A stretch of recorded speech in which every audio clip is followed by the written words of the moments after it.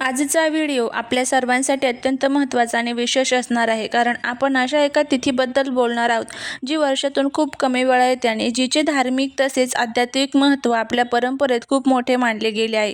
होय, आपण बोलत आहोत सोमवती अमावस्या या अत्यंत पवित्र तिथीबद्दल. जेव्हा सोमवारच्या दिवशी अमावस्या येते तेव्हा तिला सोमवती अमावस्या म्हटले जाते. विशेष म्हणजे ही वर्ष 2026 मधील शेवटची सोमवती अमावस्या असणार आहे. त्यामुळे या तिथीला आपल्या संस्कृतीत आणि दैनंदिन जीवनात सकारात्मकता आणण्यासाठी खूप मोठे मानले गेले आहे. आजच्या या व्हिडिओमध्ये आपण पाहणार आहोत की अमावस्येची अचूक तिथी आणि वेळ काय आहे, तसेच घरामध्ये सुखशांती नांदण्यासाठी, घरातील नकारात्मक ऊर्जा दूर करण्यासाठी आणि पूर्वजांचे स्मरण करून त्यांचे आशीर्वाद मिळवण्यासाठी एक अतिशय सोपा आणि पारंपरिक दही भाताचा उपाय कसा करावा याची संपूर्ण आणि शास्त्रशुद्ध माहिती आपण जाणून घेणार आहोत. व्हिडिओ हा शेवटपर्यंत नक्की पहा, जेणेकरून कोणतीही महत्त्वाची माहिती तुमच्याकडून सुटणार नाही. जर आवडला तर व्हिडिओला लाईक, शेअर, सबस्क्राईब करायला अजिबात विसरू नका. कमेंटमध्ये ओम नमः शिवाय नक्की लिहा. भारतीय संस्कृती आणि पंचांगानुसार सोमवती अमावस्येला पितरांचे स्मरण करण्यासाठी आणि घरामध्ये सकारात्मक ऊर्जेचा संचार करण्यासाठी उत्तम मानले जाते. या दिवशी पवित्र नद्यांमध्ये स्नान करणे, दानधर्म करणे आणि ध्यान साधना करणे अत्यंत फलदायी मानले गेले आहे. चला तर मग सर्वप्रथम आपण जाणून घेऊया 2026 मधील शेवटच्या सोमवती अमावस्येची अचूक तिथी काय आहे. आणि ही अमावस्या 13 जुलै 2026 सोमवारच्या दिवशी येत आहे. सोमवार आणि अमावस्या असा हा दुर्मिळ योग या वर्षात पुन्हा नसल्यामुळे या दिवसाचे महत्त्व अधिक वाढते. या तिथीची सुरुवात आणि समाप्तीची वेळ समजून घेणे अत्यंत गरजेचे आहे. अमावस्या तिथीची सुरुवात ही सोमवार 13 जुलैला संध्याकाळी 5:49 होत आहे आणि समाप्ती ही 14 जुलैला दुपारी 3 वाजता होणार आहे. पण अमावस्या ही सोमवारी सुद्धा असणार आहे, त्यामुळे आपल्याकडे सोमवती अमावस्या ही साजरी देखील केली जाणार आहे. आणि त्याचबरोबर मंगळवारी देखील अमावस्या असणार आहे, त्यामुळे त्या दिवशी भौमवती अमावस्या साजरी केली जाणार आहे. या संपूर्ण दिवसात तुम्ही कोणत्याही शुभवेळी पूर्वजांचे स्मरण करून घरामध्ये शांतता आणि समृद्धीसाठी प्रार्थना करू शकता. असे मानले जाते की या दिवशी केलेल्या उपायांमुळे मनातील अस्वस्थता दूर होते, मानसिक शांतता मिळते आणि घरातील वातावरण आनंदी राहण्यास मदत होते. अनेकदा घरामध्ये विनाकारण वादविवाद होतात, कामात अडचणी येतात किंवा घरातील सदस्यांना सतत थकवा आणि नकारात्मकता जाणवते. पारंपरिक मान्यतेनुसार जेव्हा आपल्या पूर्वजांचे स्मरण योग्य प्रकारे होत नाही किंवा घरामध्ये नकारात्मक ऊर्जेचा प्रभाव वाटतो, तेव्हा अशा समस्या निर्माण होऊ शकतात. यालाच आपल्या परंपरेत पितृदोष किंवा वास्तुदोष असे म्हटले आहे. या सर्व अडचणीवर मात करण्यासाठी आणि घरातील वातावरण शुद्ध करण्यासाठी आपल्या आयुर्वेदात आणि जुन्या परंपरेमध्ये दही भात या अन्नाला खूप महत्त्व दिले गेले आहे.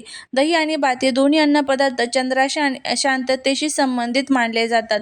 सोमवती अमावस्येच्या दिवशी या दोन पदार्थांचा एकत्रित वापर करून एक अत्यंत प्रभावी उपाय केला जातो. या उपायामुळे केवळ पूर्वजांचे आशीर्वाद मिळत नाही, तर घरातील नजर दोष, नकारात्मकता आणि विनाकारण होणारे कौटुंबिक कलह शांत होण्यास मदत होते. हा उपाय कसा करायचा आणि तो करताना कोणत्या गोष्टींची काळजी घ्यायची हे आता आपण सविस्तरपणे पाहणार आहोत. हा पारंपरिक उपाय करण्यासाठी आपल्याला जो दही भात तयार करायचा आहे त्याची एक विशिष्ट पद्धत आहे, जी आपण समजून घेतली पाहिजे. सर्वात आधी स्वच्छ पांढरा तांदूळ घेऊन तो स्वच्छ धुवून घ्यावा. त्यानंतर भात शिजवताना त्यामध्ये थोडेसे मीठ सुद्धा टाकायचं नाही, म्हणजेच अळणी भात तुम्हाला शिजवायचा आहे.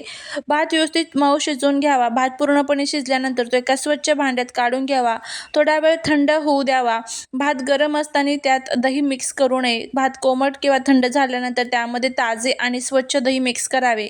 दही आणि भात एकमेकांमध्ये व्यवस्थित एकजीव करून घ्याव्यात. हा तयार झालेला दही भात आता अत्यंत पवित्र मानला जातो. हा भात तयार करताना तुमचे मन शांत असावे आणि तुम्ही तुमच्या मनात घराच्या कल्याणासाठी आणि पूर्वजांच्या आदरासाठी सकारात्मक विचार ठेवावेत.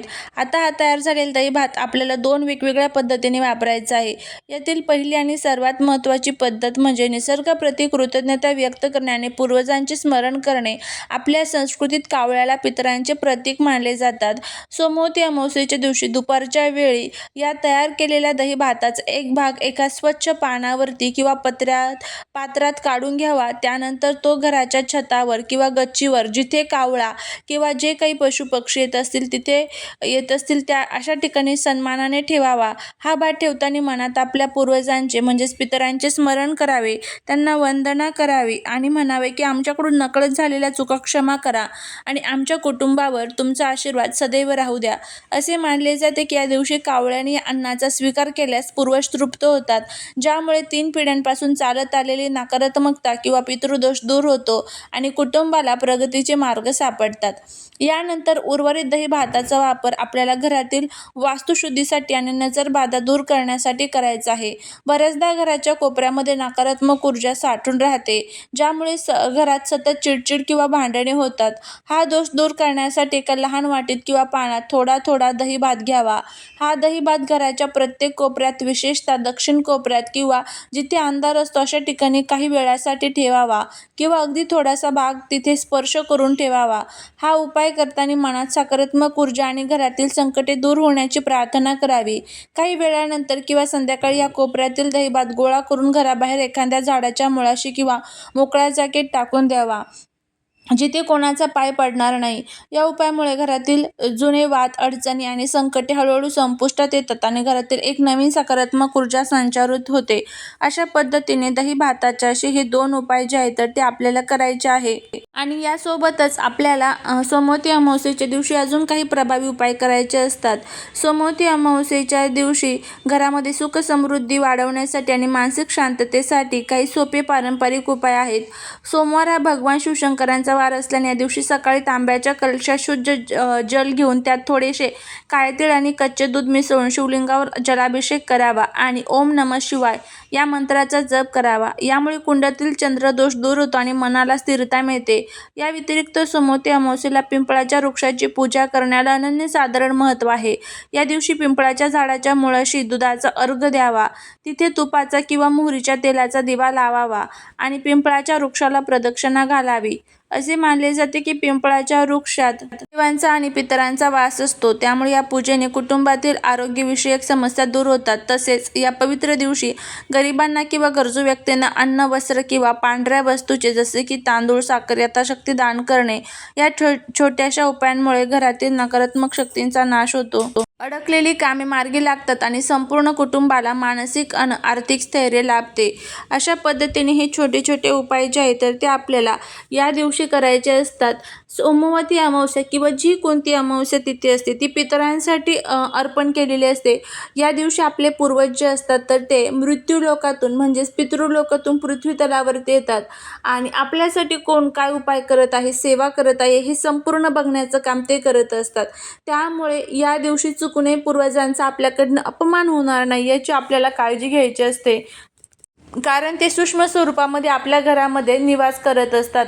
या दिवशी अमावस्येला आपल्याला पूर्वजांसाठी दीपदान करायचं असतं. तर हे दीपदान मग तुम्ही पिंपळाच्या झाडाजवळ किंवा मग आपला जो दरवाजा असतो त्या दरवाजाच्या बाहेर दक्षिण दिशेला तोंड करून करू शकता.